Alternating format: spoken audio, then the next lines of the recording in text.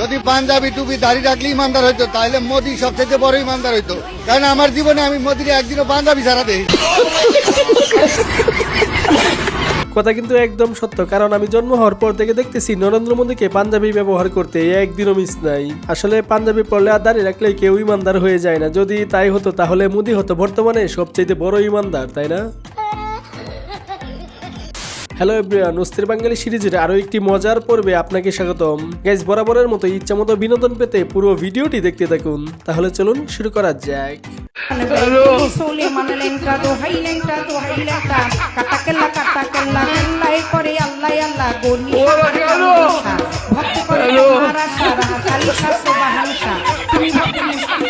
একদম ঠিক আছে, বেশি পাকনামি করলে এমনই হয়। নদীর সাইডে কি জায়গা কম পড়েছিল, এত নিচে যাওয়ার কি দরকার? মানে এদের কাণ্ড কারখানা দেখে মনে হচ্ছে ওখানে গিয়ে ইফতার না করলে মনে হয় রোজাই হবে না। যাই হোক, প্রকৃতি কাজটা একদমই ঠিক করে নাই, বেচারাদের সাথে খুবই অন্যায় হয়েছে।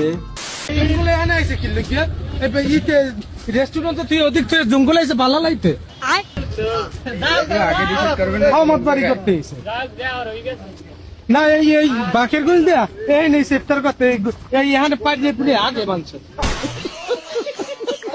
এইটা কোনো কথা? এভাবে অপমান করাটা একদমই ঠিক হয়নি। বেচারারা প্রকৃতির হাওয়া খাওয়ার সাথে ইফতার পার্টি করতে আসছিল, কিন্তু লোকটার কথা শুনে বেচারাদের মুডটাই নষ্ট হয়ে গিয়েছে, এইভাবে কেউ বলে? তবে যাই বলেন, লোকটাকে দাওয়াত দিলে কিন্তু আর এই কথাগুলো শুনতে হতো না, তাই না? আরেকটা এটা হয় না, এটা না।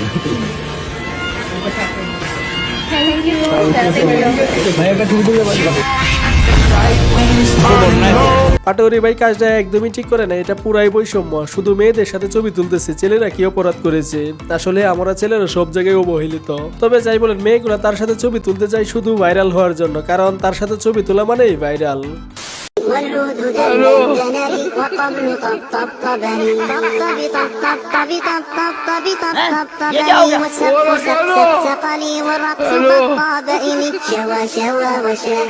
উনার কি নেটওয়ার্কের প্রবলেম নাকি? বেচারা একেবারে নেটওয়ার্কের বাইরে চলে গিয়েছে। যাই হোক, লোকটিকে নিয়ে আমরা হাসাহাসি না করি, কারণ সে অন্ধ হতে পারে, তাই হয়তো দিক ঠিক করতে পারেনি। এবারে বাজেট হচ্ছে কি প্রতিবারের মতোই 4-5 লাখ টাকা। আপনার বাজেট কত ছিল?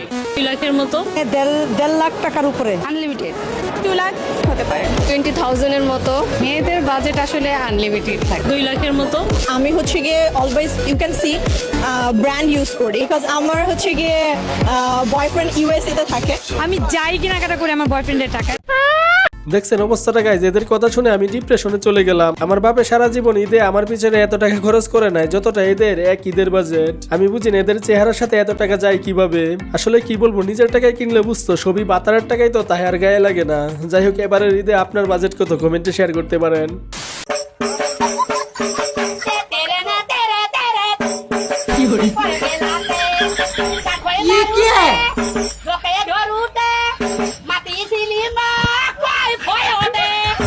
শুরু হয়ে গেছে সিন্ডিকেট, এবার জানি তেলের দাম কত টাকায় গিয়ে উঠে কে জানে।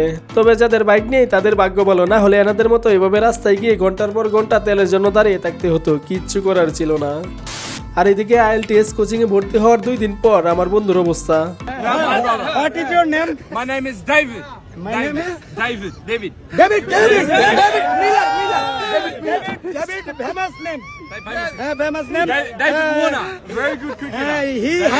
He has come to the Shahid Minar for to regard Shahid. Yes. Shahid. Yes, I am glad to meet him here, and he is glad to meet me here. I am very glad to meet Both you, sir. and all the journalists. And the people all are glad near Shahid Minar. Thank you very much. Thank you very much. এই হলো বাঙালির নতুন Harun Kissinger. বেচারার অনেক কষ্ট হয়েছে English ওয়ার্ডগুলো বলতে। তবে আমি চিন্তা করতেছি কি জানেন, এখানে যে পরিমাণ ভিড় না, আরেকটু পর দেখা যাবে ডেবিটের মানি ব্যাগ নাই হয়ে গেছে। এটাও সম্ভবের কিছু না, বাংলাদেশ বলে কথা। এই ধরো 5 টাকা, যারা বিয়া করা হারতেছে না তাকে দোয়া করে দাও যাতে বিয়া করা হারে। 5 টাকা তো বিয়া করা হবে না, তাহলে কত লাগবো? 10 টাকা। আচ্ছা ঠিক আছে, 10 টাকা দিম, দোয়া করে দাও। আল্লাহ তুমি নঙ্গ দমানা নামা মাতা বিয়াতা নিকতা রে আদা মামে নাহি মামা মাতা নাসে। কি দোয়া করলা? আমি তো বুঝি না। উনি কি বিয়ে হওয়ার দোয়া করলো নাকি না হওয়ার দোয়া করলো কিছুই তো বুঝতে পারলাম না। যাও বিয়েটা হতো, এখন মনে হচ্ছে এই দোয়ার কারণে আর হবে না, কারণ এটা দোয়া না বড় দোয়া। রোজা রেখে বিয়ে করা যাবে যাবে, কোনো অসুবিধা নেই, এটা তো আরো ভালো কাজ। রোজা থাকি একটা বিয়ে করলে 70টা বিয়ে করার সওয়াব, তবে সহবাস করা যাবে না, এটা ইস্তারের হবে। হুজুর দুষ্ট আছে, শুধু উল্টাপাল্টা কথা বলে। তবে যারা এখনো সিঙ্গেল আছেন রোজার মাসে বিয়েটা করে ফেলেন, তাহলে 70টা বিয়ের সব পাবেন। কিন্তু রোজা রেখে ওই কাজটা করা যাবে না, ওইটা ইফতারের পর। গাইজ, বর্তমানে মেয়েরা যেমন জামাই চায়, বিয়ের জন্য বাঙালি মেয়েরা চায় 25 বছর বয়সী 6 ফুট লম্বা 6 প্যাক ওয়ালা নামাজি কোটিপতি BCS ক্যাডার হ্যান্ডসাম চাপদারিওয়ালা কোরিয়ান ছেলে। একেই বলে একের ভিতর নয়। ওর কথা শুনে আমি কুমায় চলে গেলাম। যাই হোক, সবই ঠিক ছিল, কিন্তু চাপ দাড়িওয়ালা কোরিয়ান ছেলে, এটা কিভাবে পসিবল ভাই? আপনার টুথপেস্টে কি নুন আছে? নুন? হ্যাঁ, কোলগেট অ্যাক্টিভ সল্টে আছে নুন। এর অভিনব ফর্মুলা লড়ে 99.9% পর্যন্ত জার্মসের সাথে। দাঁতের সমস্যা? চান্সে নেই। Colgate active salt. বাইরে ভাই, ওর দাঁত না, এগুলো অন্য কিছু। মনে হচ্ছে এসকেভেটর ফেল। আমার তো বাদ চিবাইতেই কষ্ট হয়ে যায়, আর ওই পুরা নারিকেল ছিলে ফেলেছে, কিভাবে পসিবল এটা? ঠিক কার সহ্য। সবাই আমাদেরকে নিয়ে সমালোচনা করে। সমালোচনা করে। যাই হোক, আমরা হলাম আন্ডারগ্রাউন্ডের বাঁচবে। এই হচ্ছে বর্তমান স্কুলের অবস্থা। এরা কি স্কুলে পড়তে যায় নাকি টিকটক ভিডিও করতে যায়, আমার মাথায় আসে না। ওদের কথা শুনে মনে হচ্ছে ওরা আন্ডারগ্রাউন্ডের বাস পাকি না, সামনে আন্ডারগ্রাউন্ডের 12 বাতারি হবে, কোনো সন্দেহ নাই। হ্যাঁ, গাছ আমাদেরকে অক্সিজেন দেয়, ফল দেয়, ফুল দেয়, কাঠ দেয়, সবুজ সবুজ কত সুন্দর লাগে চোখে দেখতে। এই আলো হ্যাঁ, বলো। ভাইরে ভাই, এটা কোনোভাবেই মেনে নিতে পারতেছি না। এতদিন পর আসল রহস্য ফাঁস হলো। ছোটবেলায় ভাবতাম সিসিমপুরে ওরা কথা বলতো, আর এখন দেখেই মানুষে কথা বলে। কি একটা অবস্থা, আমাদেরকে কি দুকাটাই না দিছে। যাই হোক, ছোটবেলায় আমাদের সাথে চরম অন্যায় হয়েছে, আর কঠিন নিন্দা জানাই। সালে কো বম সে উড়া दूंगा এক।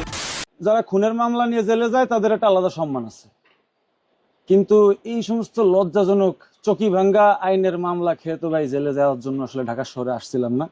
হ্যাঁ, ইন্ডিয়া পড়ালেখা করতাম, ওখান থেকে কেন যে ঢাকায় আসছিলাম, এরকম মামলার সম্মুখীন হইতে হচ্ছে এখন আর কি। অবস্থাটা দেখছেন, বাসার লেভেল কোন পর্যায়ে নেমে আসছে। নেশা মানুষকে কি থেকে কি বানিয়ে ফেলে। তবে চিন্তা করেন, উনি খারাপ কাজ করে আবার বড় বড় কথা বলে, পুরাই নেশাগুরের মতো। মানে অপরাধ করবে আবার ভালো মন্দ খুঁজবে, বাবা যায়। যাই হোক, সবই বুঝলাম, কিন্তু চকি ভাঙ্গার মামলা কোনটা এটা তো বুঝতে পারলাম না গাইজ। এবার দেখুন বন্ধু, রিচ সালামি কালেকশন করার নতুন আবিষ্কার।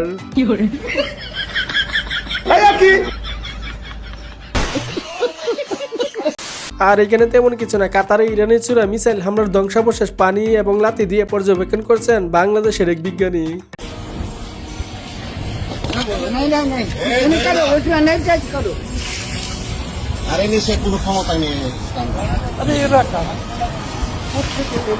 যাই হোক, আজকের মতো এই পর্যন্তই। আর ভিডিওটি যদি ভালো লেগে থাকে তাহলে লাইক, কমেন্ট, সাবস্ক্রাইব করে পাশে থাকবেন, কারণ আমরা নিয়মিত এই ধরনের ভিডিও চ্যানেলে আপলোড করে থাকি।